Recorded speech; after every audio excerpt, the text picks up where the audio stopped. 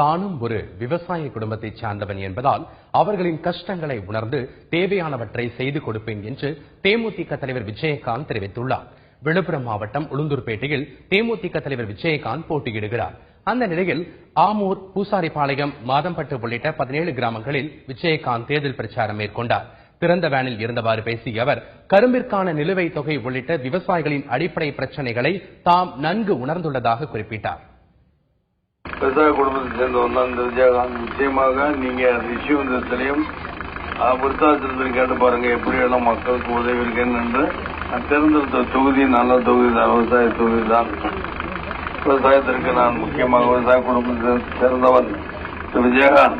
விவசாயத்திற்கு என்னென்ன தேவையோ நிச்சயமாக செய்வேன். எங்களிடம் அவன் முரட்டு பணபலம் இருக்கு, அவன்கிட்ட முரட்டு பணபலம் இருக்கலாம், அவங்கள்ட்ட முரட்டு மனபலம் இருக்கு. இளைஞர்கள் மனோபலம் இருக்கு, அவங்களோட பணபலத்துக்கு மத்தியில் பணபலம்